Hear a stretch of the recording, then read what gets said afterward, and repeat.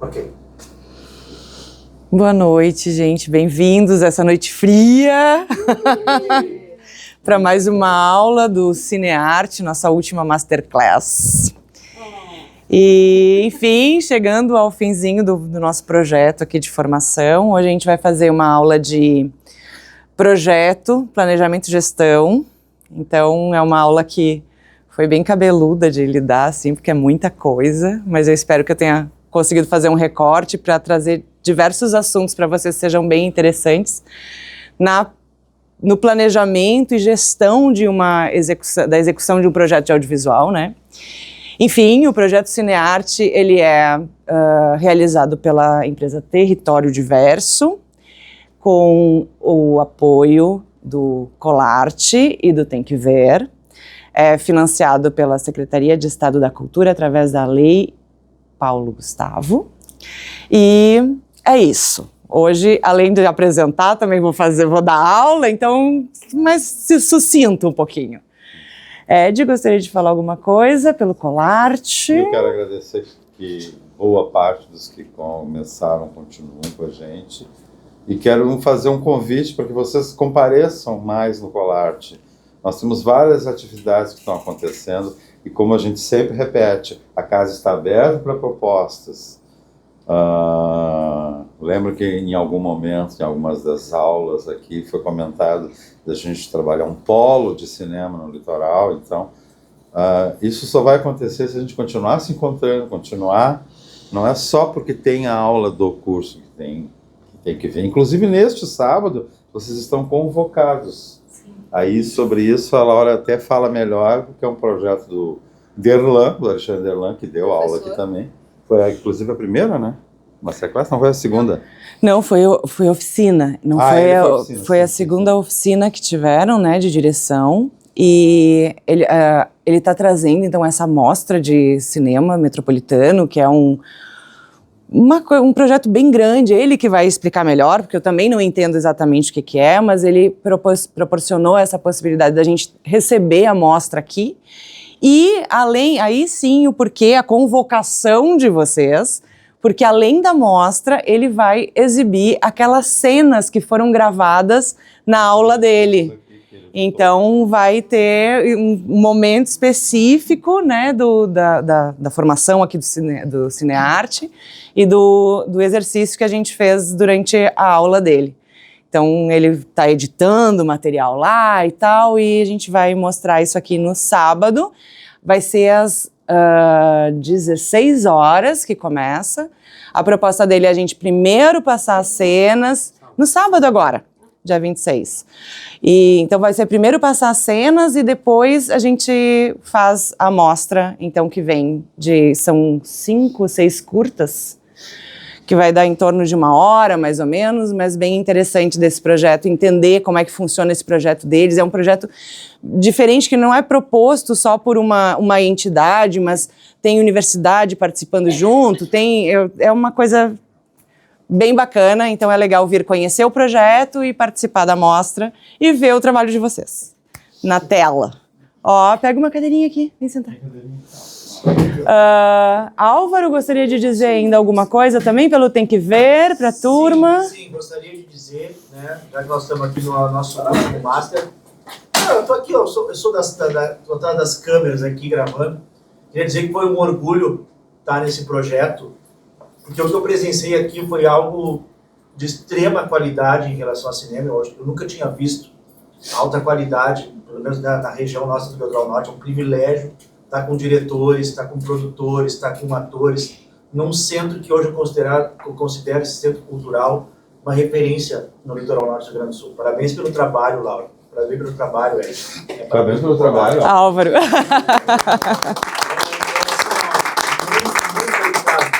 Aprendi muito aqui. E aquela minha fala de sempre, né? A aula vai estar gravada, lá no site do Tem Que Ver, no YouTube do Tem Que Ver, e vamos aproveitar aqui uma aula de projeto da dona Laura. Então tá, é muita coisa que a gente vai passar hoje, então vamos correr.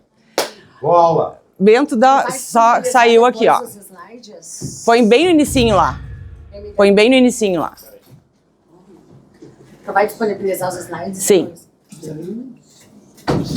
Luz.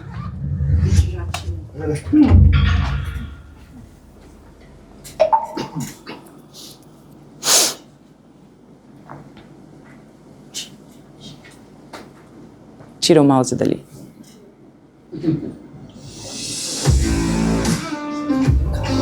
Cinearte chegou para formar mentes criativas, inspirar vozes e dar vida ao cinema local.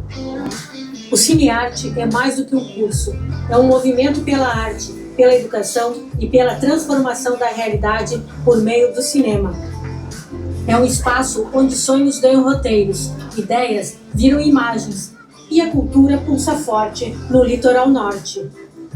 Aqui, formamos profissionais qualificados, ampliamos o acesso à cultura e fortalecemos o setor audiovisual local. Nosso compromisso é com a inclusão, com a diversidade e com a acessibilidade para todos, porque acreditamos que o cinema é para todas as pessoas.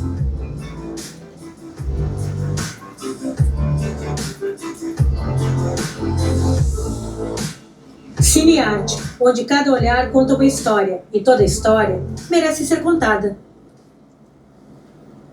Beleza. Só entrar aqui. Buenas. Eis o desafio sobre trabalhar projeto de cinema e o quê? Desculpa. E essa questão de planejamento e gestão, né? Como é que se faz isso? Eu acho que todos aqui já trabalharam com projetos culturais, né? Sim. Já escreveram algum projeto, já sabem mais ou menos como é que é a coisa básica, assim, de inscrição de um projeto. Apresentação, justificativa, fazer um apanhado sobre a importância desse projeto no território em que ele se insere e tal, para montar, depois faz orçamento, faz, enfim, toda aquela... Quando a gente estava pensando assim, essa aula de projeto, como é que eu vou fazer isso? Porque essa questão, ela muda um pouco por edital, mas o básico continua sendo o básico. Então a ideia que eu trouxe para cá é como é que a gente vai conseguir pensar e planejar um projeto de cinema, que é um projeto que é bem diferente dos outros projetos. Enfim, porque tem uma equipe gigante, tem um monte de coisas que vocês viram agora na prática como é que faz e como é que a gente planeja isso tudo antes de fazer, né? Então eu tentei reduzir assim, muito do conteúdo. Eu não sou professora, né? Então eu trabalho com isso, foi uma dificuldade gigantesca recortar coisas para trazer para essa noite, mas eu queria dizer para vocês que eu acho que eu trouxe um apanhado bem bacana para essa turma, assim.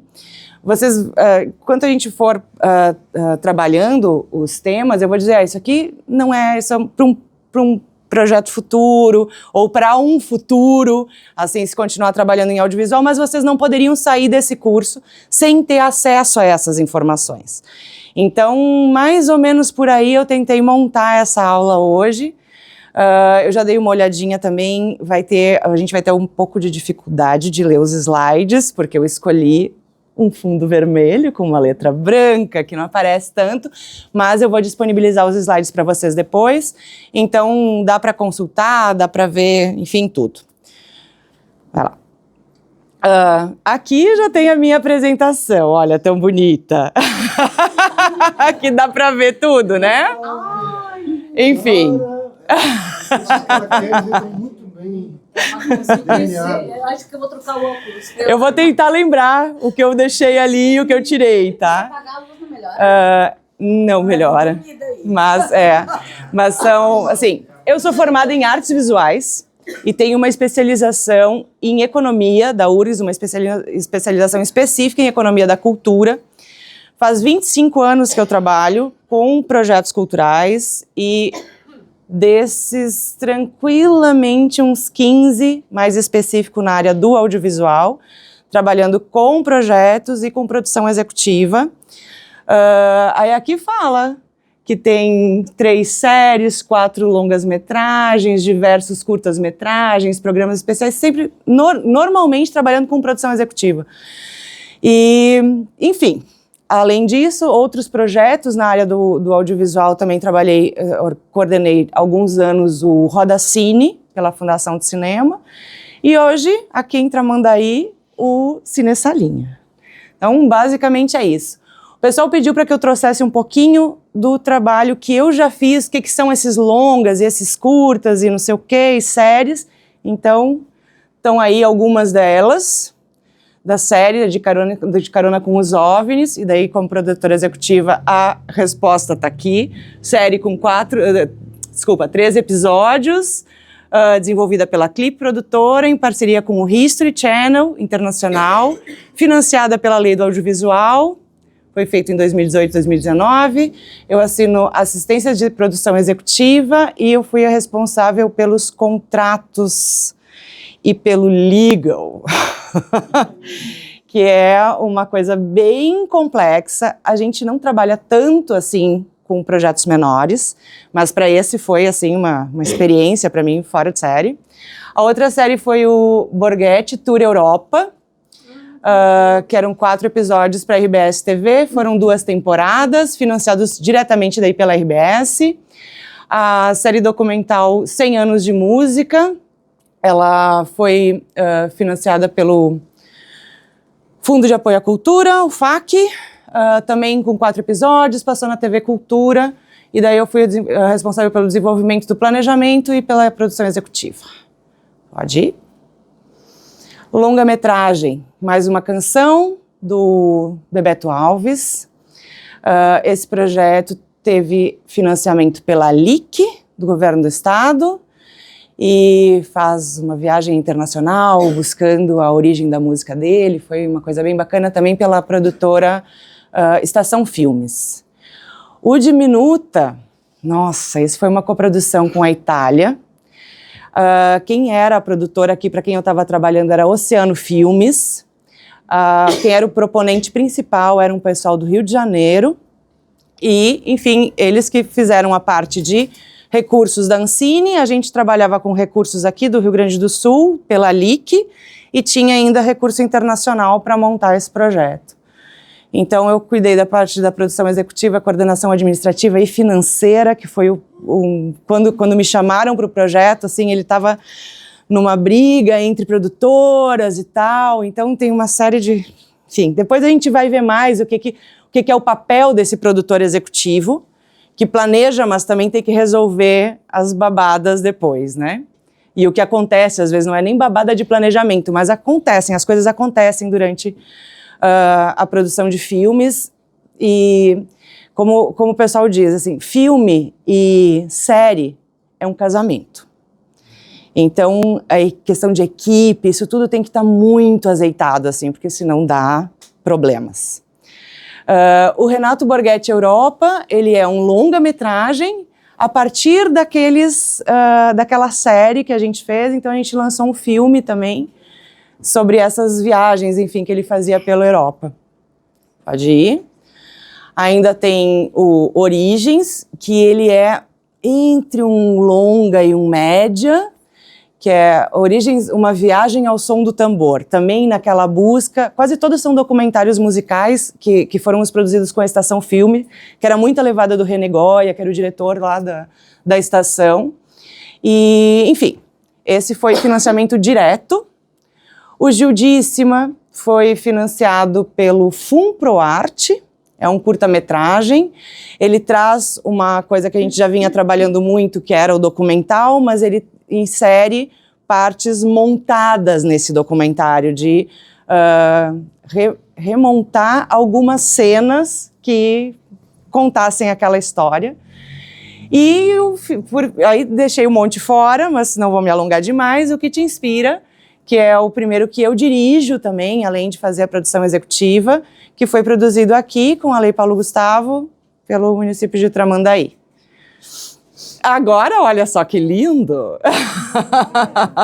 Mas aqui dá para ver bonitas letras. Bom, então a proposta de hoje é isso, a gente trabalhar o plano geral de um projeto de cinema. Então, questão básica, cinema é uma arte coletiva. a gente não faz cinema sozinho. Nunca. Não tem essa possibilidade. Tu pode tentar fazer alguma produção audiovisual, claro, diversas, mas cinema tu trabalha em grupo. Senão muita coisa tu não consegue viabilizar. Então depois a gente vai ver também essa sinergia que precisa ter entre essas pessoas que vão ficar durante um bom tempo trabalhando juntas.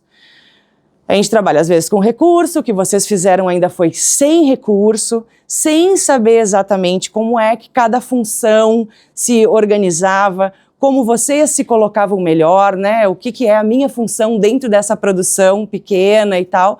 Mas eu acho que hoje a gente pode ter essa noção básica que é cinema, a gente precisa de uma equipe que a gente se dá bem, que a gente consegue organizar e manter, e também que sonha junto, né? Essa questão eu acho que é muito importante. Então, primeiro passo, assim, de lembrar um pouco, né? O que tudo está dentro dessa produção de cinema. Primeiro passo, da ideia ao roteiro. Ter aquela ideia básica, que é isso que eu vou fazer, e tem que ser uma ideia muito legal, porque senão tu não vai conseguir financiamento, tu não vai conseguir uma produtora que realize, né? A ideia tem que ser uma ideia bacana, e uma ideia que tu consiga vender para as pessoas. E daí sim, começa a desenvolver o roteiro, que é uma fase de muita criatividade, dá para fazer sozinho, dá para fazer coletivo, dá para trazer. E, enfim, primeiro passo. Aí temos o planejamento, onde toda aquela ideia começa a criar forma, né? Então, com o roteiro pronto, começa a pré-produção, definição de orçamento, cronograma, plano de produção, logística, tudo deve ser visualizado com planilhas, decupagens, previsões, antecipando imprevistos. Então, tudo isso vai estar muito aqui na parte de roteiro, que vocês já viram, que tem que fazer decupagem, depois o roteiro está pronto, enfim, tem que fazer argumento, tem que fazer sinopse, tem que fazer não sei o quê, porque assim, quem vai trabalhar com o planejamento disso consegue vislumbrar o que vai se usar de recursos, não só financeiros, mas também físicos para a realização daquilo. Dentro dessa primeira parte, que ainda estamos falando em planejamento, a gente tem que sempre ter uma conversa, além do roteirista, com o diretor, que é quem vai definir as questões estéticas. Isso está sempre dentro do projeto mesmo, né? Traz referências, traz outros filmes, ou faz storyboard, enfim. Isso está tudo dentro dessa questão de definições estéticas do filme, para que quem vai avaliar entenda de fato o que vocês estão querendo mostrar para além do que está escrito, né? Então, tá aí a parte de definições estéticas. Aí temos a decupagem do filme, que vocês trabalharam. Tem um segundo momento em que essa decupagem que vocês montaram, qual é o ângulo da câmera, o que precisa... Essa decupagem, ela ainda é, quando os projetos são maiores, ela ainda é maior. Ela coloca ali qual é a locação, porque daí vai ter local de locação. Tem filmes que tu precisa ter uma cidade inteira montada, ou tu vai fazer isso tudo dentro de um lugar só. Tem que fechar a rua, não tem que fechar a rua para gravar.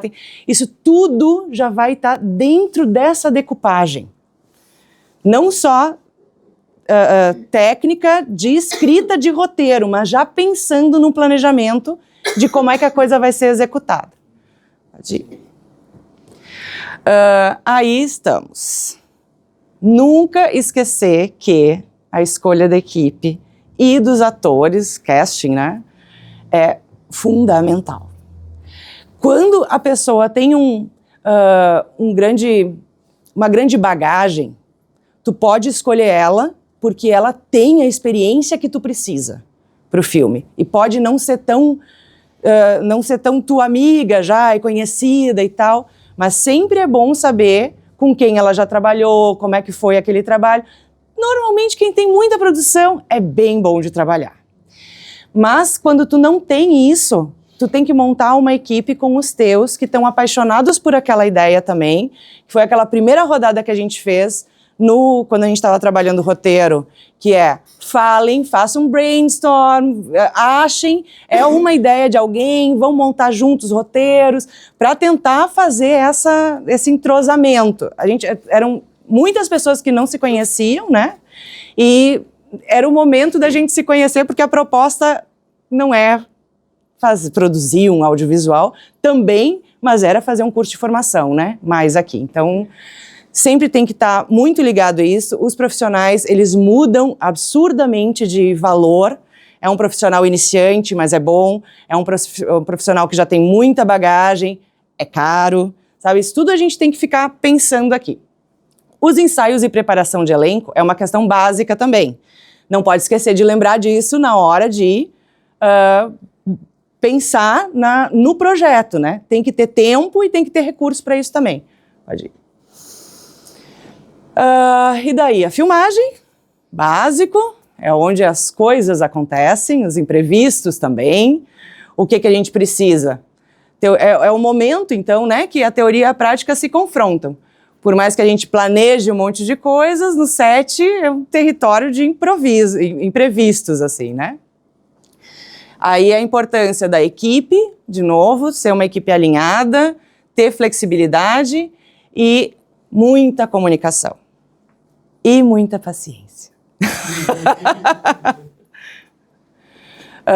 Entramos, então, na parte da montagem, que é onde o filme vai, então, ganhar forma mesmo, né? É o que vocês devem estar passando agora. Às vezes as coisas todas planejadas não são exatamente aquilo que a gente tinha pensado, às vezes o filme muda na hora da montagem, mas a gente tenta ainda sempre, numa produção, né, a gente tenta sempre seguir roteiro, ideia do diretor, né, montagem. Mas às vezes as coisas mudam, é aqui. E um filme pode ficar muito bom ou muito ruim também aqui. E a parte de finalização técnica, então, depois do corte final aprovado, daí vai para mixagem de som, vai para correção de cor, vai para efeitos, exatamente. E faz com que, então, tenha uma coesão estética e a obra está quase pronta.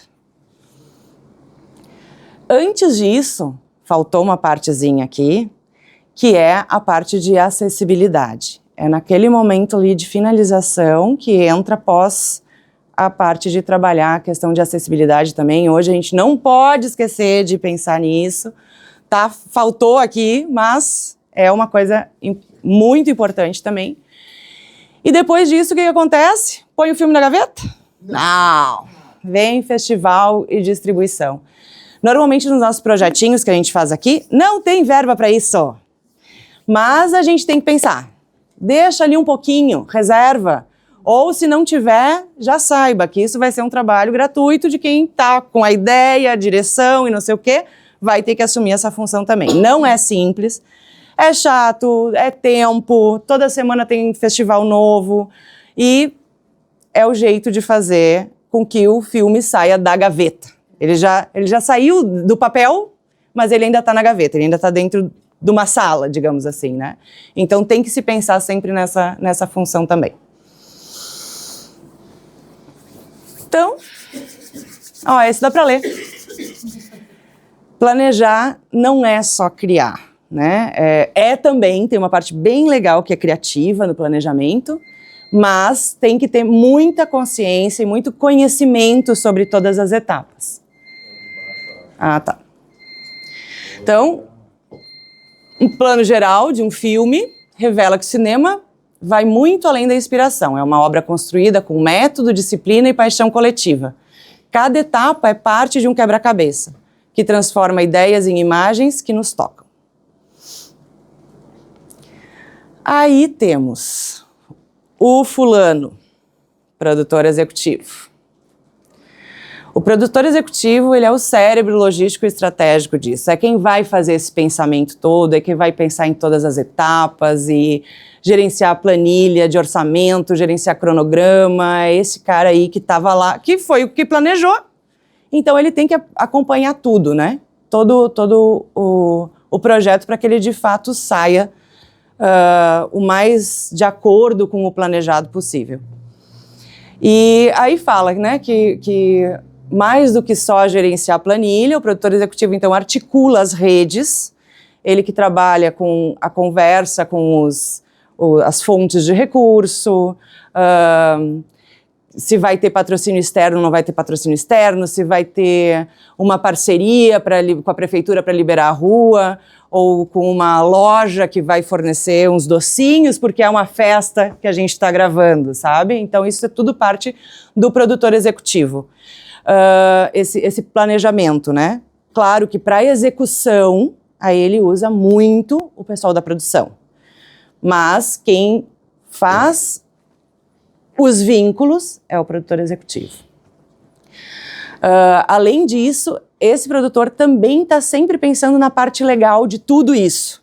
Contratos, liberação de uso de imagem e som, que é muito importante. Depois, quando a gente for falar de som, vou trazer algumas histórias desses filmes que a gente já fez, por exemplo, que a gente nunca pôde licenciar, porque a gente não conseguiu liberar todas as músicas.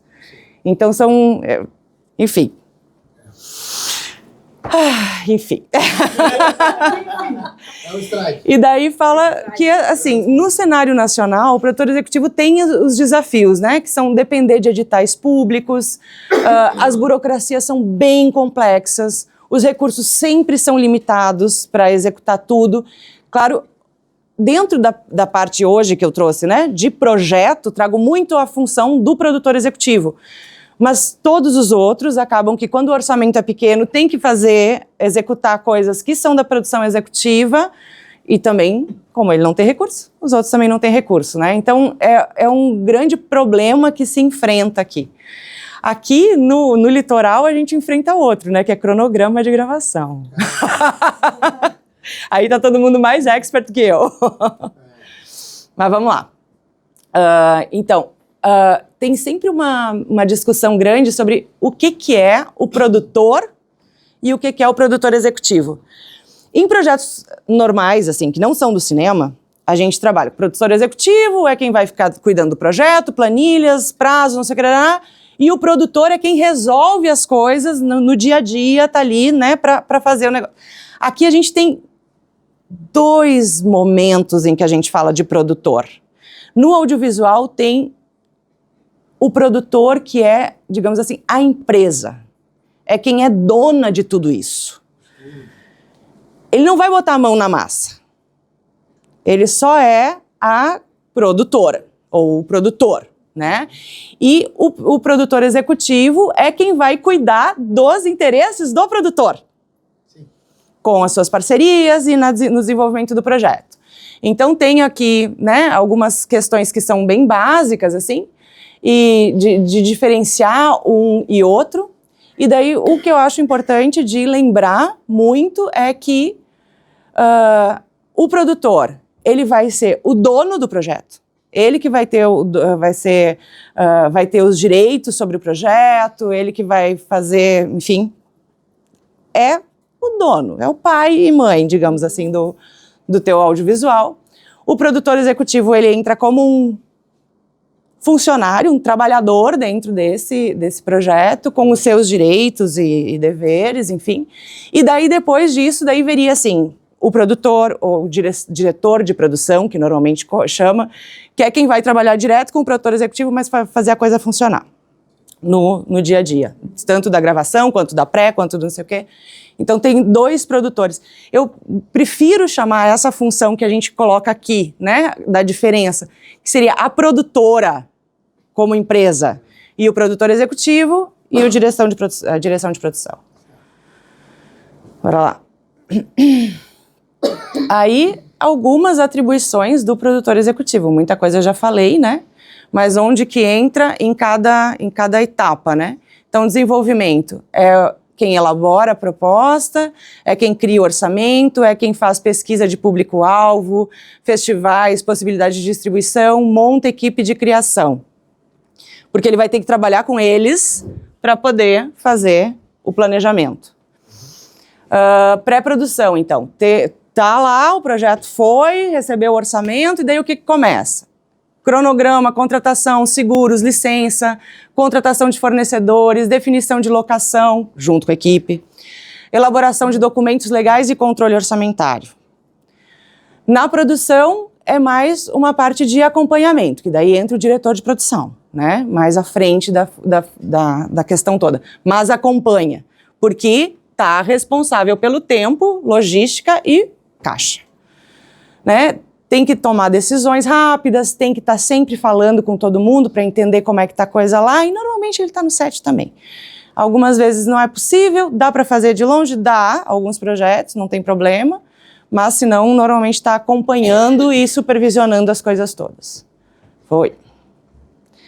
Na pós-produção, então, mesma coisa, supervisiona a montagem, acompanha cronograma e os pagamentos finais de organização de material, divulgação e tal. É o responsável pela prestação de contas, né? Então, claro, vai ter aqui o contador, tu pode ter uma equipe financeira aqui dentro e tal, mas é o produtor executivo responsável. Então, quando alguém mexe no seu projeto lá e pede para alguém assinar como produção executiva, não pode mexer antes, tem que perguntar primeiro. Faz o relacionamento com as distribuidoras e com os canais de TV. Eu tinha me lembrado de mais uma coisinha daqui, mas eu esqueci, depois lembro, em outro momento. Então... Só uma questão de prática.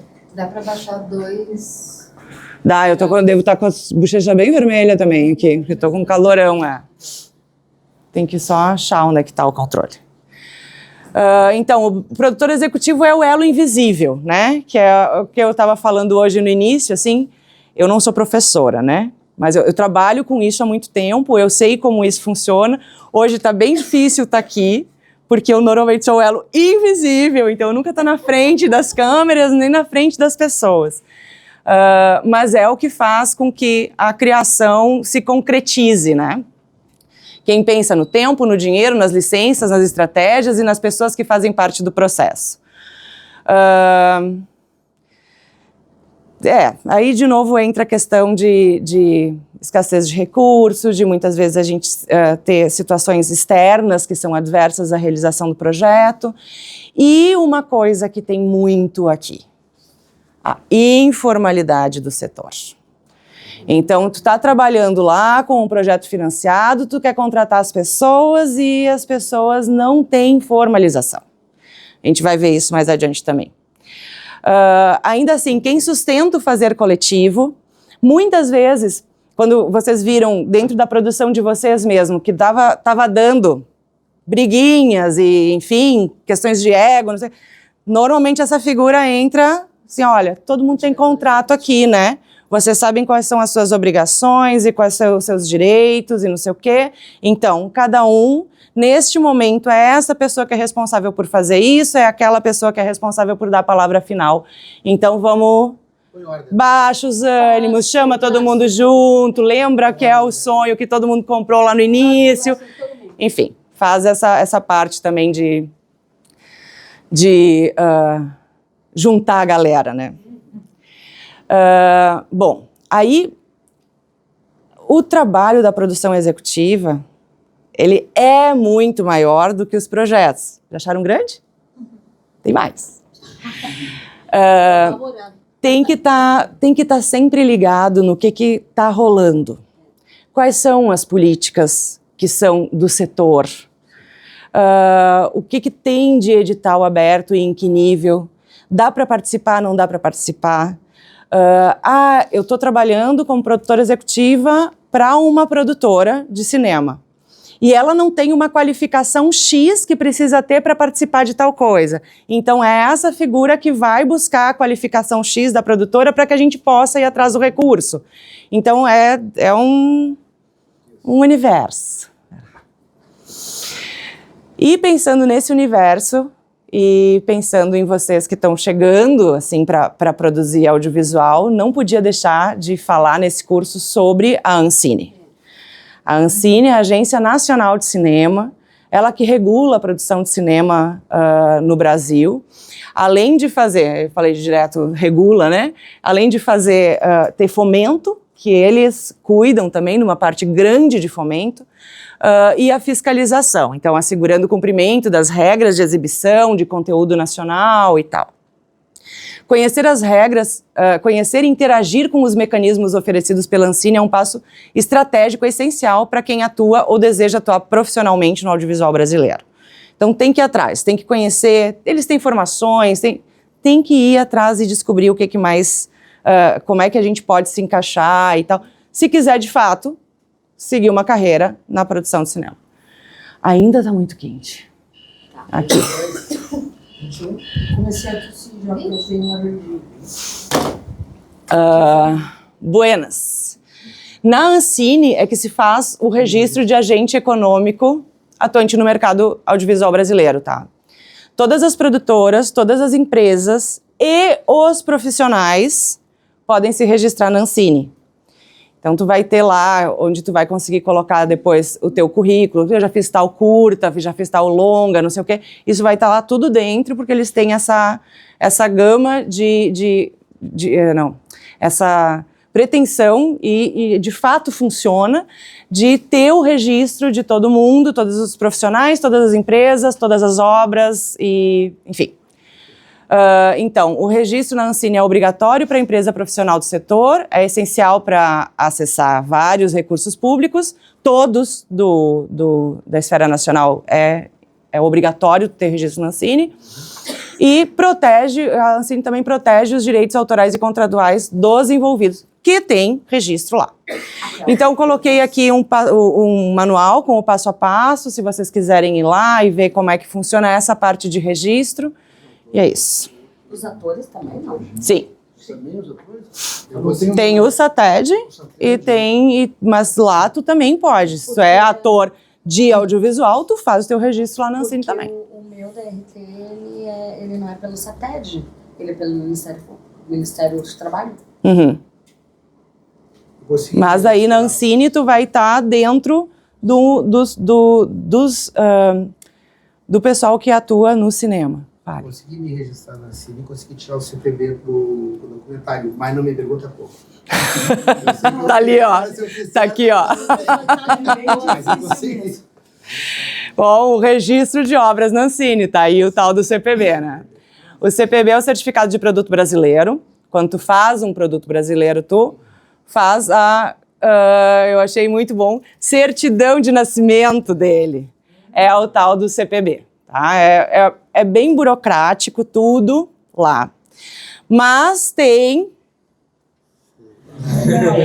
que tu pode seguir o passo a passo ali. Então, tu primeiro vai ter que registrar a tua produtora, depois tu registra a obra então que tu realizou. Tu tem que, nesse momento, assumir que todos os direitos são teus, se for uma coprodução, não sei o quê, tu tem que botar toda a documentação e contratos com os coprodutores, com quem está na volta, com quem tem direito patrimonial que tu dividiu, enfim, tudo tem que estar lá para tu conseguir essa liberação. E a segunda, que é a certificação de registro de título, tu precisa ter também quando tu for exibir. Por exemplo, eu quero licenciar o meu filme para um canal de TV. Então, eu preciso ter esse certificado de registro de título. Dentro disso tem diversas categorias. Eu quero TV, eu quero sala de cinema, eu quero não sei o quê. Tudo tem uma taxinha lá que tu vai ter que recolher para liberar para aquilo. Mas, enfim, são os 2 registros de obra que a Ancine exige e certifica a tua obra. Assim. O CPB eu consegui, acho que de graça, não lembro. Sim.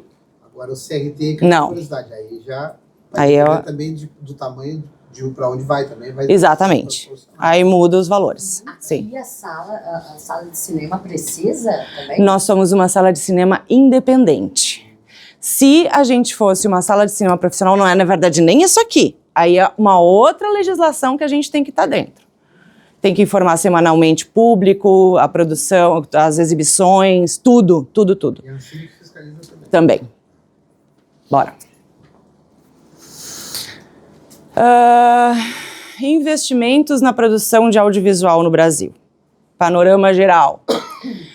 O fomento no Brasil, né, nível nacional e dentro dos mecanismos legais, que são o Ministério da Cultura e Ancine, a gente tem mecanismo fomento direto e fomento indireto.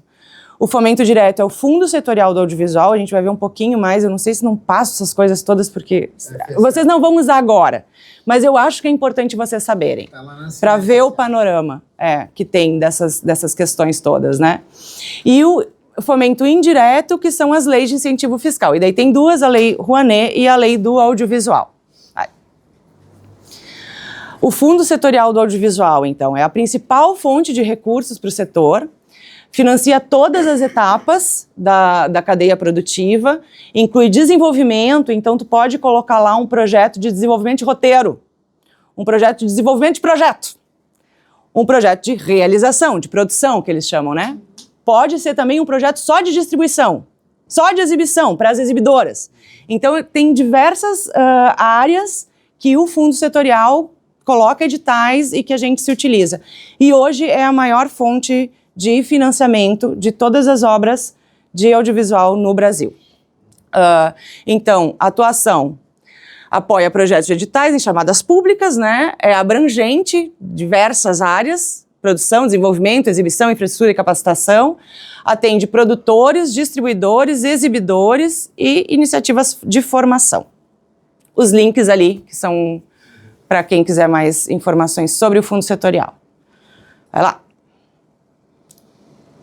Qual é a diferença de eu usar Lei Rouanet ou Lei do Audiovisual?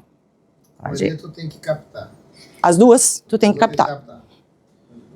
Então, não sei. Vamos lá, vamos descobrir. Não sei, você tem que captar as duas. Vai lá. A Lei Rouanet. Então, a Lei Rouanet, dentro da abrangência, o que está escrito lá em cima, tá? Ó, todo mundo entendeu? A abrangência... A Rouanet é geral, para todas as áreas. Exatamente. Exatamente. Então, ela é bastante mais ampla, apesar de atender também o audiovisual. Os beneficiários são os mais diversos, né? Empresas de qualquer área da cultura e tal. E como é que ela funciona? Dedução de 6% a 4% de imposto de renda, 6% pessoa física, 4% pessoa jurídica. Vai lá. E a Lei do Audiovisual. A abrangência dela é, então, a indústria audiovisual, ela não abarca as outras demais, tem o foco em produtoras e investidores do setor audiovisual, e a dedução é via cotas de comercialização, patrocínio, como a Ancine, como a Rouanet, ou coprodução. Mas aí é uma gama que vai... a gama que eu falei antes ali, vai ter um slide lá adiante que daí a gente vai conversar. Mas aí tá a tua pergunta, ó. E aí? Qual fonte eu uso? O que acontece? A Lei Rouanet, ela trabalha com produção de obra cinematográfica e videofonográfica de curta e média metragem e preservação e difusão dos acervos audiovisuais, enquanto todos os demais formatos são pela Lei do Audiovisual. A longa é só. É longa, então. Longa, série, outros projetos, games. Audiovisual. Vai lá, Bento. Aí tá a função lei do audiovisual. Ela tem diversos artigos, isso aqui a gente não vai passar. Alguns são investimentos com patrocínio, que é uma das que eu já usei, essa daqui também, mas que são, tipo, são grupos de empresas que fazem um patrocínio que é de uma outra forma ainda. Investimento em desenvolvimento e coprodução, remessas internacionais de conteúdo brasileiro e o Condecine. Quando se for trabalhar com isso, tem que entrar e ver, porque é tanto conteúdo que uma aula inteira a gente poderia passar de cada artigo desse. Então é só para saber que tem diversas fontes e o dia que for trabalhar com isso, Tô achando que é uma faculdade. a gente estuda. É verdade. Aí, passamos do fomento do audiovisual nacional para Rio Grande do Sul. Aí a gente está falando um pouquinho mais perto da nossa realidade aqui, né? Então tem uma fotinho aqui. O Cinearte, ele vem daqui, do fomento no Rio Grande do Sul. E bora lá, conteúdo. No Rio Grande do Sul, então, a gente tem a LIC, né, que trabalha principalmente com... a LIC agora está trabalhando com editais também, né? Então, não tem um edital específico aberto para o audiovisual agora, mas já teve o Filme RS. Desculpa, eu estou falando de FAC. Não, agora troquei. Enfim, mas a LIC funciona como todos os outros projetos, de LIC para todas as áreas, só que não é mais em fluxo contínuo, é por edital. Então, no ano passado ou retrasado, se eu não me engano, o pessoal veio muito para mim, porque eu quero, porque tem uma grande gente, o pessoal que trabalha com um grande número de pessoas que trabalham com literatura aqui. Será que eu posso me inscrever na LIC para fazer o meu livro, por exemplo? Só que o edital na área da literatura era para editoras, não era para pessoas, né? Então tem que ver sempre o que tem de editais lá e se de fato cabe, dentro daquelas grandes áreas, tu produzir audiovisual.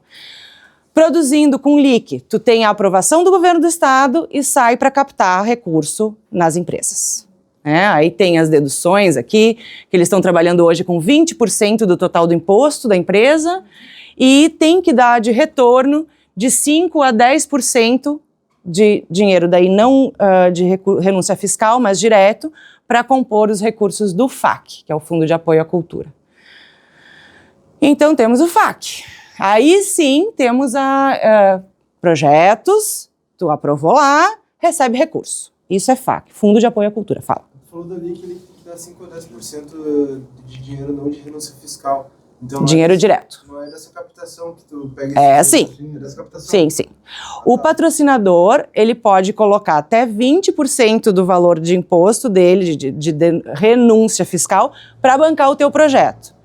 Mas ele vai ter que dar 5 até 10, dependendo do projeto, direto, sem renúncia fiscal, para manter o FAC. Daí não vai pro projeto, vai pro FAC. Vai pro FAC. O teu projeto vai ser 100% incentivado.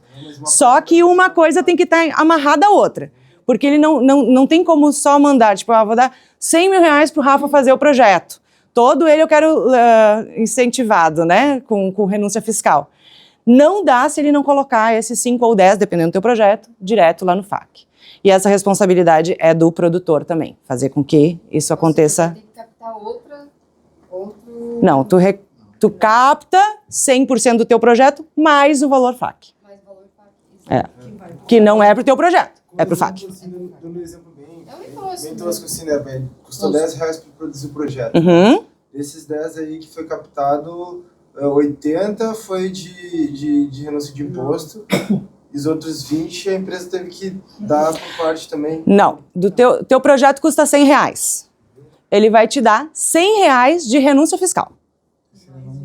E mais 10 ou 5 reais ele vai ter que tirar extra do teu projeto, não importa quanto teu projeto foi, para colocar no FAC. Então ele tira 110% do projeto. Não, 100 ele tira do imposto, ele não paga. Mas exatamente. O teu projeto tem isenção de 100%, mas o comprometimento do patrocinador tem que ser mais do que só com o teu projeto. Tem que ter o compromisso com o FAC também. Esse é direto. Esse não tem isenção fiscal. Ele vai patrocinar uma pequena parte. Ele não pode participar desse incentivo. Não, ele não pode ser patrocinador. Tem que meio que dar uma patrocinadinha, né? Não é só escapar do imposto. Porque dentro dos projetos, tu sempre tem a parte de divulgação, né? Então a divulgação sempre tem uma ação para o patrocinador, sempre aparece a logomarca dela lá, e ele não precisa investir nada para isso, né? Porque ele só está investindo no teu projeto. Esse 5% é o que ele pagaria muito mais se fosse fazer Uma campanha. marketing. Então é no investimento da cultura para os editais que vão ser realizados através do FAC. Enfim. Tá. Estamos no FAC, então. O FAC é com esses recursos, enfim, e mais o FAC é composto por diversos recursos. Esses que vêm da LIC e mais diversos outros que daí não vou saber dizer para vocês agora quais são. E daí o pessoal faz sempre também editais e o recurso vem direto. Para o audiovisual, em 2022 teve o FAC Filme RS, que destinou 18 milhões de reais para o setor audiovisual. Então, É bem parecido. Tá, um pouquinho menos, mas foi bacana. Esse foi o último edital que teve na SEDAC, e agora uma informação privilegiada para os alunos do Cinearte. Estava falando com o Rafa essa semana, o Rafael Bali, que é da SEDAC, que coordena toda a parte de LIC, FAC, essa função toda, e ele disse que tem uma previsão agora, com recursos do FAC, em parceria com o Fundo Setorial do Audiovisual, a partir dos arranjos locais, que é o que a gente vai entender um pouquinho melhor sábado, que ainda esse ano vai sair mais um edital para o audiovisual. Então, estejam preparados.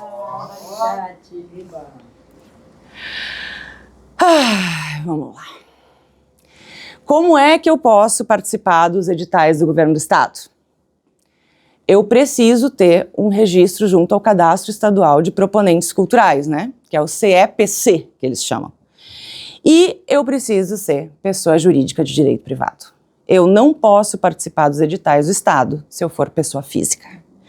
Nenhum, que deu uma grande discussão, na verdade, quando a gente estava trabalhando nos últimos editais que tiveram agora da PNAB, por exemplo, que a gente trabalha com coletivos, e coletivos informais, mas que são pontos de cultura, e não podiam acessar o recurso porque não tinham o CEPC, porque não eram pessoa jurídica. Mas no governo do estado se exige isso, enfim, o Rafa tem uma ótima fala em relação a isso, assim, se a gente aqui na cidade muitas vezes não conhece quem são os produtores, pessoa física, imagina o governo do estado saber quem é esse povo todo, né, Então, eu de certa forma concordo com isso, com essa exigência, e, enfim, aí está aqui o passo a passo para fazer o registro lá, se tiver pessoa jurídica, né, faz o registro no governo do estado. Sim, sim. A minha dúvida é quase a mesma coisa. Qual seria a categoria do MEI? Não pode ser institucional, no caso. Aqui, se... Tu pode? Aqui estão elas todas, ó. Pessoas jurídicas com ou sem fins lucrativos, inclusive microempreendedores individuais, com sede no Rio Grande do Sul e finalidade cultural. Todas as outras CNPJ entram, inclusive os MEIs. Tem um registro e aqui. Não há nenhuma exigência de tempo mínimo de abertura de CNPJ. Então, porque para a PNAB tem que criar um novo, teria que fazer um MEI, na verdade, só para ter isso aí, porque o meu nacional tá com marketing, não é coisa cultural, né? Não sei se... Mas tu pode colocar na tua empresa. Por exemplo, quando eu fiz a minha empresa... Sim, editar, inclusive. Quando eu fiz a minha empresa, lá em 2007, eu tinha colocado algumas atividades que era o que eu estava trabalhando na época, e... tinha produção audiovisual também? Tinha, mas estava lá embaixo e tal. E eu não, porque para o registro na Ancine, como produtora brasileira independente, que era o que eu queria, eu precisava que as atividades do audiovisual fossem a primeira ou a segunda atividade. Então eu fiz uma alteração contratual, coloquei como primeira e segunda atividade audiovisual, continuei colocando as outras coisas de produção executiva e narará, e na atuação em diversas outras áreas, e aí fechou, e daí eu tinha a qualificação para trabalhar lá também. Dá para mudar. E ampliar. Eu, na verdade, naquela época, eu mudei a ordem delas e ampliei, botei mais algumas coisas que eu ainda estava precisando e não tinha condições. Mas aí tu pode usar o teu mesmo CNPJ de uma empresa individual. Na PNAB eles estão exigindo 2 anos, né? Aí tu vai para editais, né? Mas para o cadastro, vai. O que acontece quando a gente trabalha... beleza. O CEPC não vai ter problema nenhum. Abri a minha empresa e vou conseguir o meu CEPC. Agora, no momento em que tu está inscrevendo um projeto, se tu não tem tempo de CNPJ e não tem como comprovar que tu já fez alguma coisa, por que o setor público vai dar dinheiro para ti? Se ele não sabe nem se tu vai conseguir gerenciar esse recurso, se tu já fez alguma coisa. Então tem né, coisas que a gente tem que saber, assim, né? É lógico, né? Então... Pensando num médio prazo. Exatamente. Se não tiver apto para o edital, tu vai ter que produzir alguma coisa primeiro na raça, na coragem, para depois poder... ou trabalhar com outros tipos de fomento, né? Que a gente está falando estadual agora, LIC e FAC. Aí entramos nos fomentos ao audiovisual nos municípios. Vai lá. Cada cidade tem seus mecanismos de apoio, seja por renúncia fiscal, alguma lei de incentivo, seja fundos municipais que vão fazer editais e vão dar o recurso do fundo. Enfim, cada cidade ou tem ou não tem. Os recursos no município normalmente não são usados para trabalhar com audiovisual, porque são recursos bem menores. Então, se tu vai mexer com uma produção grande, o recurso é tão pequenininho que tu não vai conseguir ou pagar as pessoas ou pagar a execução do que tu precisa, né? Entretanto, aqui tá, os editais locais costumam ser a porta de entrada para novos realizadores. Então, quem está começando, junta quem mais está afim de trabalhar com isso, e mesmo com recursos pequenos, porque daí pelo menos não precisa muitas vezes pagar do bolso, e daí tu começa a fazer o teu currículo no audiovisual a partir desses recursos aqui, dos recursos locais. São bem mais fáceis de acessar também. Aqui em Tramandaí, como funciona?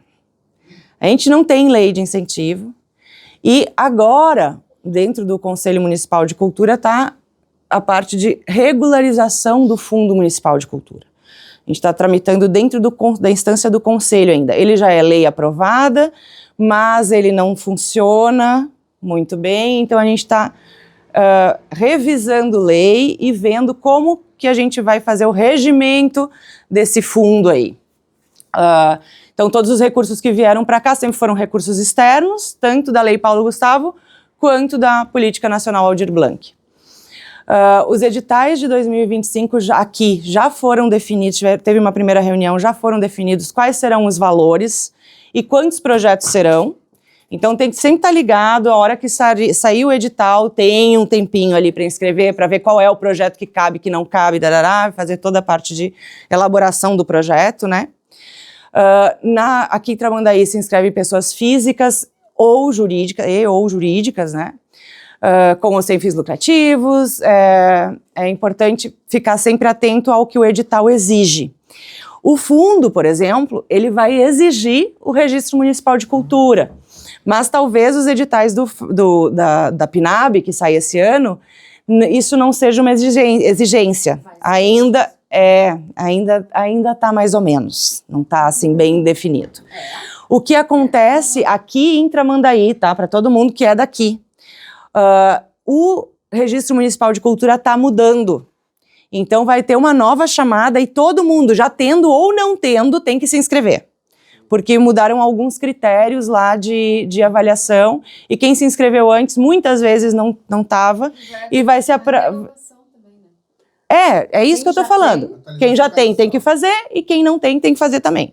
Porque para muita coisa vai ser exigido o registro. Exemplo, pelo que o Mário me falou, eu não consigo fazer o meu registro. Mas aí tu vai ter que ver aonde que tá as regras do registro. Digamos que eu morasse aqui. Não, digamos que eu morasse aqui. Mesmo eu morando aqui, eu não consigo. Consegue. Foi o que o Mário me disse. É que tem que ter porque eu não tenho 3 anos. São 2 anos morando e 2 anos de comprovação de realização de cultura aqui.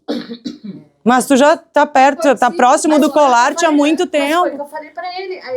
Mas tu que vai ter que montar a tua argumentação pra justificar isso. Mas aí ele disse que não consegue. Não é assim. Que tem que ter de atuação. Tu é membro do Colarte. Membro da Companhia da Baderna, já fez um monte de atividades aqui.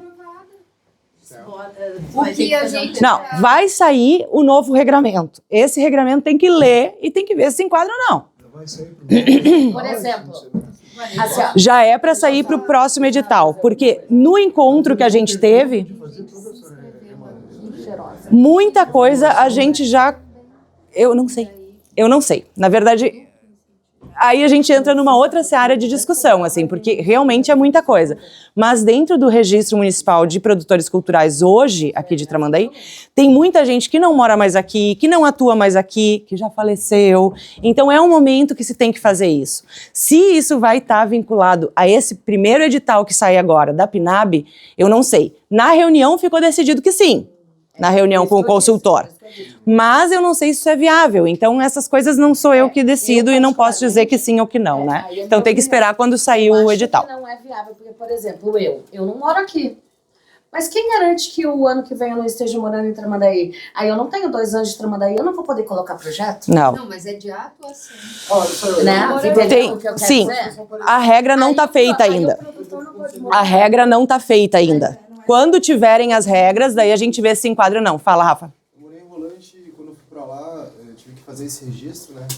E aí, por estar pouco tempo na cidade, depois eu contribuí algumas coisas pra cultura, né? E aí eu solicitei enviei um ofício pro conselho explicando a situação. Eles fizeram uma reunião, e daí nessa reunião eles analisaram meu portfólio, né? E eles aceitaram meu registro na cidade. Então é uma coisa muito de levar pro conselho também. Tem as leis aí, tem a regulamentação, mas o conselho ele tem esse poder humanitário de resolver essas situações, né? Sim, exatamente. Situações fora do padrão. Isso. É previsto já. Ainda mais no litoral, que todo conectado. É uma coisa de se debater das prefeituras também, né? Porque todo mundo mora perto. Em Bé e Tramandaí são lugares muito conectados.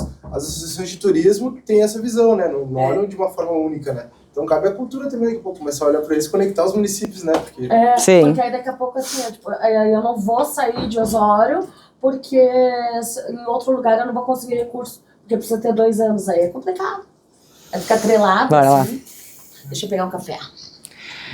Todo mundo aqui tem CNPJ? Sim, não. Temos. Eu tenho. Eu não posso. Eu tenho medo. Eu não posso. Eu tenho. Para trabalhar não só no audiovisual, mas em qualquer área da cultura que tu queira trabalhar com recurso público. É importante ter. Tem que fazer prestação de contas, a nota fiscal é o mais fácil. Claro, nesses casos, não posso ter. Bom, tu nunca vai ter uma produtora de cinema então, né? Mas tu vai fazer o trabalho lá de direção de som, ou de captação, ou de finalização, ou de mixagem, ou de, enfim, o que for, na área do som. Nesse caso, sempre que tiver um contrato contigo, a pessoa vai ter que te contratar por RPA. E daí, a incidência de imposto sobre um RPA é uma coisa gigante. Então, sempre se fala, formalizem-se, que seja com uma MEI. E daí, uma coisa que, deixa eu ver se tá aqui ou tá no próximo. Tá no próximo. Como... Sim, Porque a IPA é pior, nossa. E daí, como é que faz para se regularizar na área, na área cultural, né? Formalização pode ser através de MEI, ou uma empresa individual, ou limitada, ou EIRELI, enfim, dependendo do tamanho das atividades. Cada empresa maior sempre tem uma burocracia maior e um posto maior, e enfim, né? Então, normalmente, profissionais ou trabalham com MEI ou trabalham com uma ME, que é o caso da minha, por exemplo, mas tem outras possibilidades aí. Sempre é importante, dependendo do que vocês buscam, trabalharem com um contador. No mês de agosto, daí para os informais ou para quem tem MEI que está precisando de uma ajuda para saber como regularizar ou qualquer coisa assim, se dá para fechar e abrir de novo quando tiver trabalho ou não tiver trabalho. Em agosto, agora, a gente vai fazer um curso aqui com o Sebrae, eles vão vir dar uma consultoria para abrir MEIs. Então, todos vocês estão convidados a participar, mas vai ser, não especificamente do curso, vai ser aberto a toda a comunidade cultural, porque a gente tem muita dificuldade de realizar projetos aqui em função da prestação de contas e que ninguém é formalizado aqui na cidade. Enfim. Não. A grande maioria, desculpa. Então, como começar a planejar os custos do meu projeto? E daí vamos para o projeto. Vocês querem tomar um café e a gente volta ou você já tem que ir embora? Oi, tá muito entretenido. Toca a ficha pra frente. Bom, Eu peguei um café. pega um café e volta aqui. Quando a gente trabalha com a área do audiovisual, diferente de outras áreas, a gente tem uma formalização maior e uma organização maior de todos os agentes envolvidos na produção cinematográfica. Isso facilita um monte quando a gente vai para fazer planejamento orçamentário. Hoje eu estou criando um filme do nada, eu nunca fiz um filme. como é que eu começo a fazer essa planilha orçamentária? Eu sei o básico, tem pré-produção, tem produção, tem finalização e lançamento. Essas coisas eu preciso ter lá, divulgação também, apoio jurídico e contábil também.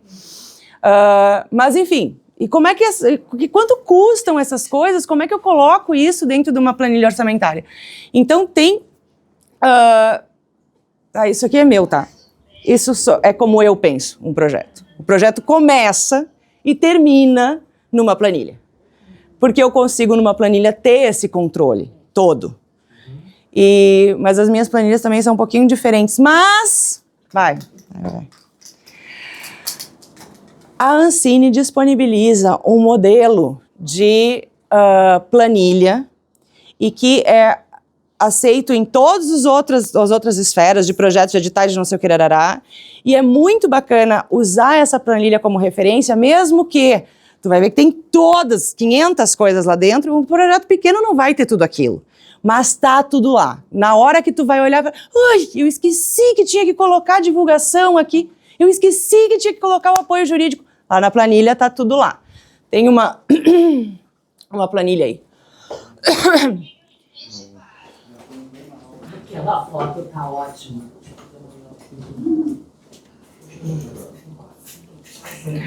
Aqui, ó, é claro que ela é, digamos assim, completa, né? Então ela vai ter um monte de coisas aqui que a gente não vai usar. Quais são as fontes de recurso ali em cima, dos artigos lá da lei do audiovisual, se tem outras fontes de recurso, mas aqui começa então a planilha, de fato, a planilha orçamentária, tá? Aí tu tem o desenvolvimento de projeto, de desenvolvimento, não estamos falando de pré-produção, tá? Desenvolvimento de projeto, roteiro e pesquisa. Aí tem pré-produção, equipe, alimentação, no audiovisual isso sempre faz parte.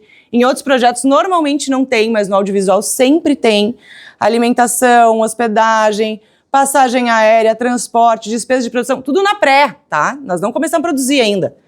Mas teve que fazer viagem para ir conhecer a locação, teve que fazer viagem para ir fazer seleção de atores, né? Então, aí entramos em produção e filmagem, vem tudo de novo, quem é a equipe, o elenco coadjuvante, o elenco secundário, quem faz figuração, quem faz cenografia, figurino, e assim vai.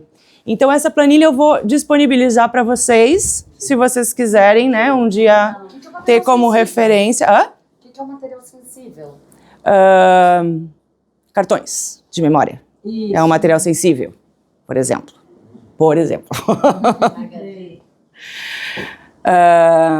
Buenas. Aí... Material humano também é sensível. Mas aí tu vai ter eles lá ou em equipe ou em... Às vezes não tem sensibilidade nenhuma. Bom, pode mandar. Ou insensível. E a outra coisa que dá para ler tudo aqui de novo, sim, é que no audiovisual existem diversas tabelas de convenção coletiva que são ótimas fontes para referência. Quanto que um diretor cobra? Quanto que um produtor cobra? Por hora, por diária, por semana, mudam os valores. Se é um curta, se é um média, se é um longa-metragem, mudam os valores. Enfim, se tem mais experiência, se tem menos experiência, mudam valores. Então tem 3 planilhas que eu trouxe aqui, vocês vão poder brincar com elas depois, estão todos os profissionais lá. Então, eu entrei ali na planilha orçamentária e aqui tem equipe. Quem é a equipe que eu tenho que pensar para uma pré-produção ou para a produção? Entra numa planilha dessas e cata as pessoas que tu acha que são importantes tu ter. Muita coisa não vai ter. Normalmente, numa produção bem pequenininha, por exemplo, não tem maquiador. Mas numa produção grande, o maquiador é uma coisa fundamental. Tu vai fazer uma ficção, por exemplo, como é que tu vai ter um maquiador? É básico. Fazer um Walking Dead sem maquiador. A gente, nas nossas produçõezinhas, assim, não dá. A gente mesmo faz, né? Pega e faz do nosso jeito. Mas se tu vai fazer um orçamento e um planejamento de um projeto maior, tem que colocar lá e tem referência aqui. Eu acho a melhor essa aqui, mais completa, mas tem a do SATED também, que tem, além do cinema, tem todos os profissionais de artes e teatro, né?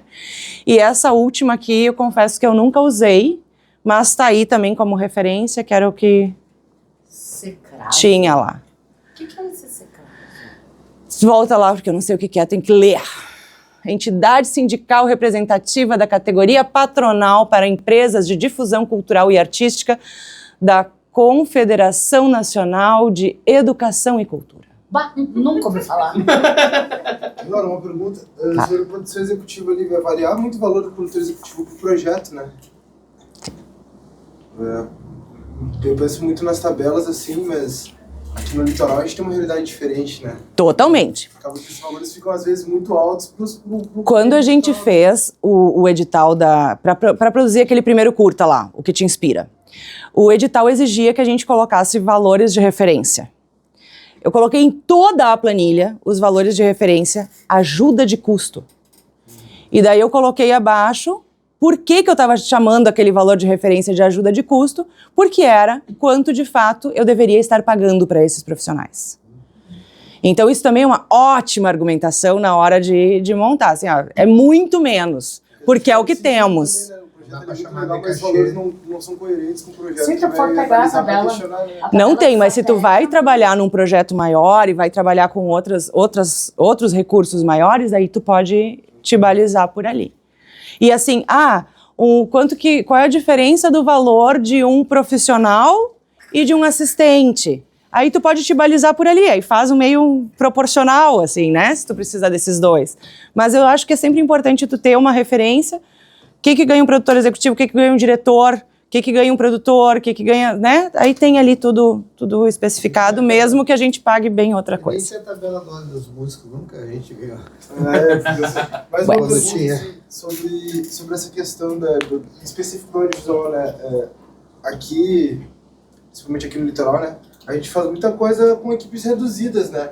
E acaba que os projetos, às vezes, na prestação de contas, eles acabam ficando com um valor diferente, porque uma pessoa que filma, às vezes, também faz coloração, às vezes também faz edição, né? Isso para projetos pequenos, acho que municipais não tem problema, né? Mas quando a gente vai para projetos maiores, daí já é diferente, né?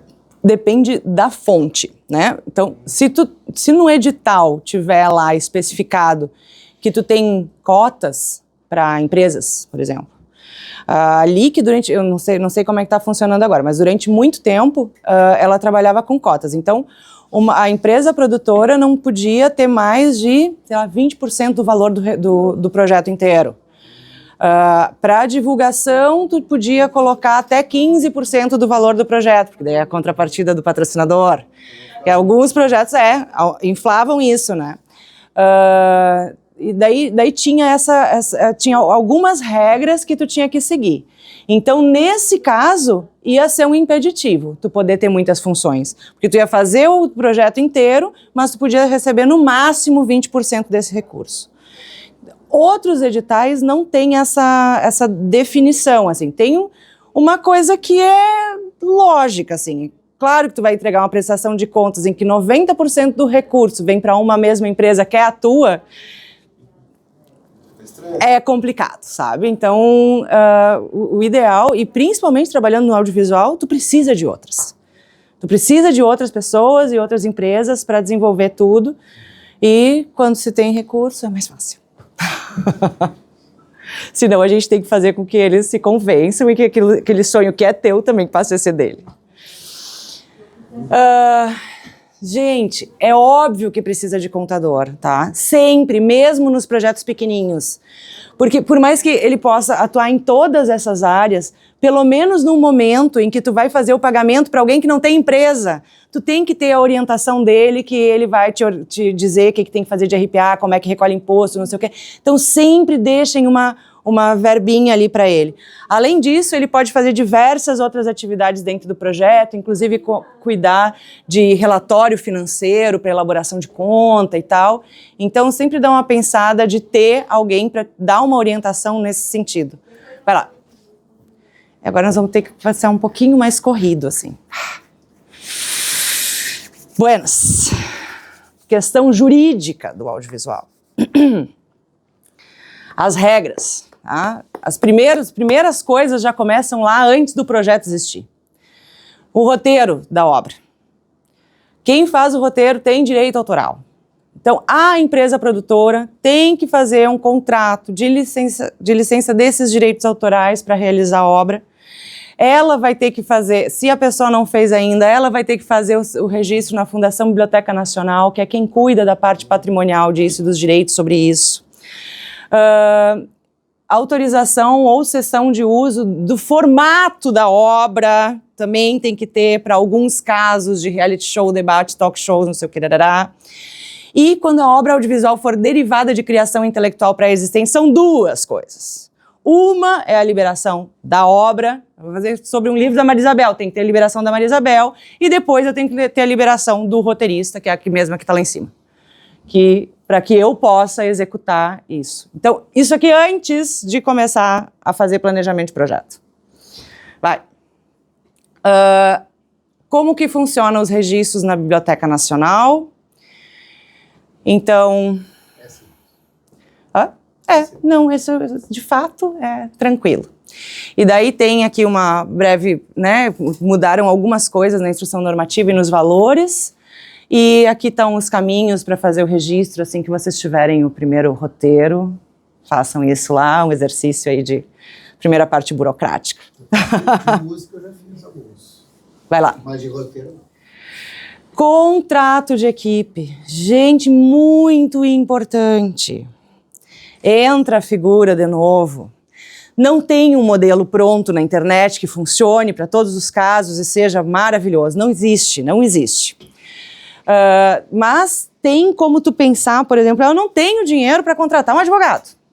Então tem como tu catar lá na internet algumas coisas que são básicas que precisa ter dentro de um contrato.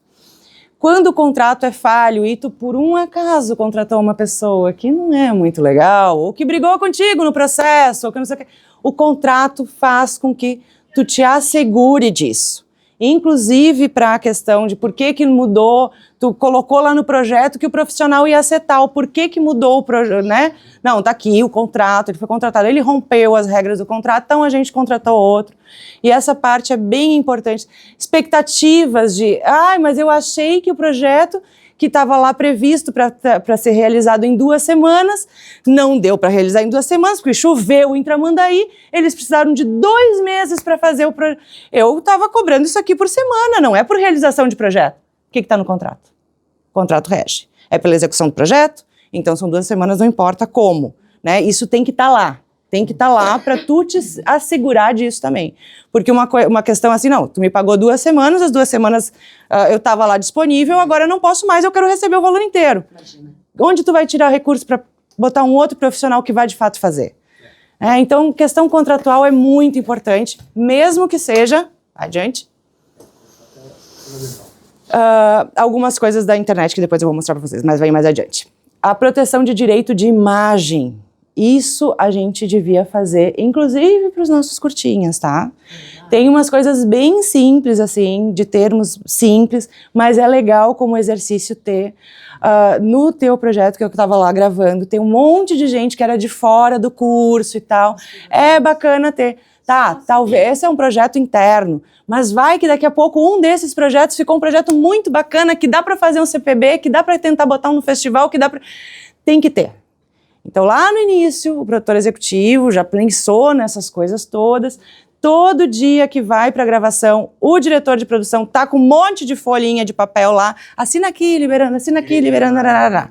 Direito de imagem. E serve quando tu filma a pessoa pedindo a autorização para ela filmando? Em alguns momentos. Quando a gente vai filmar um show, por exemplo. Show da Elza Soares no Teatro São Pedro. A gente fez. O primeiro DVD da Elvis, eu tava lá. Da onde que ela tirou? E daí a gente faz uma fala no início, né? E que quem não quiser ter a sua imagem divulgada é convidado a se retirar. Mas isso já estava lá na divulgação, que ia ter gravação, que não sei o que rarará, que rarará, tá. Então, lá na divulgação do projeto, do show dela, tu já tem que dizer isso. Esse show tinha ingresso? Tinha ingresso. Às vezes você está vendo ingresso, a informação de que vai participar do evento, está ciente de que tua imagem pode ser utilizada. Exatamente. Eu já trabalhei com reportagem assim na rua, daí na questão do papel é muito complicado, mas a gente fazia sempre a pessoa dizer, eu, fulano de tal, libero o uso da minha imagem, que é uma forma mais prática, mas é muito importante sempre ter isso, né? Sim, sim. A gente fez esse sistema. Se vocês acharem interessante, a gente pode pensar, o Jorge, colega de vocês, falou que ele tem uma amiga que trabalha com essa parte. Então a gente de repente podia fazer um encontro aqui com ela para ela falar, entrar mais em detalhes sobre isso e tal, de modelos, de como é que funciona, o que precisa, o que não precisa. Mas enfim, como uma base que eu tinha que trazer hoje para vocês estejam cientes de que precisa. Vamos lá. Os direitos de som têm a mesma questão, tá? Quando tu usa uma obra ainda, além de tu... Né? Lá no contrato, normalmente quando a gente faz o contrato com a pessoa que a gente está entrevistando ali, no teu caso, é um contrato de uso de imagem e voz, né? Mas quando tu vai trabalhar com outras coisas e outras músicas, né? Para trilha ou para música original ou músicas que já existem, tu precisa sempre ter uma liberação bem complexa. Vou trazer um caso. A gente trabalhou muito com os projetos que eu mostrei lá na frente, que eu já fiz a produção executiva, era com músicos, né? A história do músico, toda a trilha era deles, assim. Então, o filme do Bebeto Alves a gente fez, ficou lindo o filme. E de fato, assim, a trilha dele, tipo assim, tá na mão, né? A gente nunca conseguiu licenciar esse filme. Porque nem o Bebeto lembrava qual era a gravadora porque são duas coisas que tem que buscar, né? É quem tem o direito do escrito e quem tem o direito do fonograma, né? Então, isso, exatamente. Então a gente nunca conseguiu liberar as obras dele. As obras. Poderia regravar o fonograma ainda, né? Aí daí tem outras artimanhas aí no meio que a gente consegue trabalhar, mas aí tem que sempre entender um pouquinho melhor sobre essa legislação e daí a gente pode chamar essa menina para falar com a gente. Caso, né? Mas o cantor do Creedence era o compositor, ele levou um processo dos outros integrantes, que inclusive era irmão, a gravadora ganhou e ele ficou 20 anos sem poder cantar as músicas dele. Eram as músicas dele. Não é? Não soube disso. Vai dedicando. Não, depois a gravadora conseguiu tomar os recursos. Inclusive, depois ele fez uma música original, eles disseram que ele estava plagiando. Ótimo, manda. Aí aqui eu trouxe, assim, por mais que a gente, né, não tem modelo que sirva para tudo, não sei o quê, tem 2 modelos que eu trouxe para vocês começarem a pensar nos seus, no futuro, né? Um é da Jus Brasil, e daí tem os links aqui, vocês podem entrar, não vou trazer agora. E tem um do Sated também, que é um pouco mais simples, mas então são 2 modelinhos que podem usar como referência para esses projetos menores que a gente não tem como ter um advogado, mas que pelo menos a gente tem alguma coisa, né? Então é isso. Vai de novo? E aí? Dá trabalho? Dá trabalho pensar em projeto para o audiovisual, em pensar em como fazer audiovisual. A gente precisa de uma produtora executiva só pra isso. Só focada Por nisso. isso que tem produtora. Porque senão tu não consegue fazer a obra, né? Às vezes é melhor você ser só um prestador de serviço. Eu vou só filmar, ou vou só ser o ator, eu vou só fazer aquilo. Mas tu vai ter que contratar alguém daí para fazer o trabalho, não, né? Para realizar a tua ideia. Tu vai ter uma produtora, também vai ter um roteirista, e daí eles só te chamam lá no finalzinho. Claro que não. E como é que tu vai produzir a tua ideia? É muito bom quando tem só contratado. Sim. Só vai fazer a tua função. Entre aspas. Bom, gente, era isso, assim, um recorte do recorte que eu queria muito trazer para vocês. Eu espero que tenha ampliado alguns horizontes, assim, e traga algumas ferramentas para quando vocês começarem a planejar os seus projetos. E bem no finalzinho, quando eu estava terminando de montar esse material, e ainda eu trabalho sempre muito com pesquisa, né? Eu vou trabalhando e vou pesquisando, e daí vou remexendo e fazendo não sei o quê. Né, aqui, principalmente, para tentar montar uma ordem mais ou menos lógica, assim, para apresentar esse universo que, para mim, são 20 anos de produção, mas eu nunca dei uma aula sobre isso, né? Então eu estava travada, assim, por onde eu começo a fazer isso. Então eu comecei por onde eu normalmente começo meus projetos, pesquisa. Tá excelente. E aí, só que foi bem no finalzinho.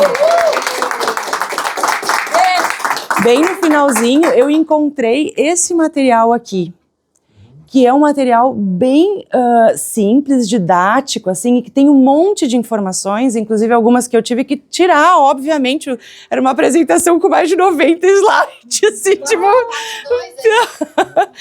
Então tá, é disponível, dá para baixar, é gratuito.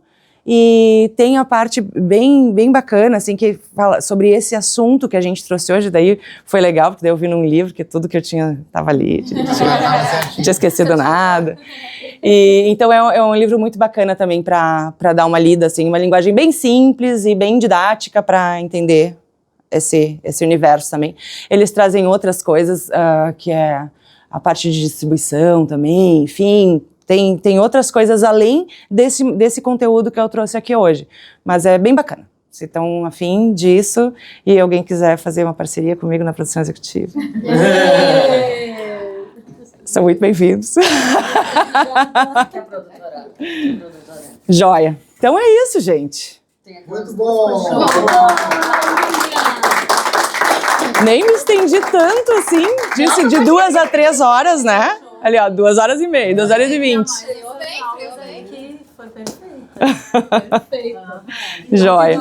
Que foi bem envolvente, nos deu sono, nos deu vontade de pausa para café.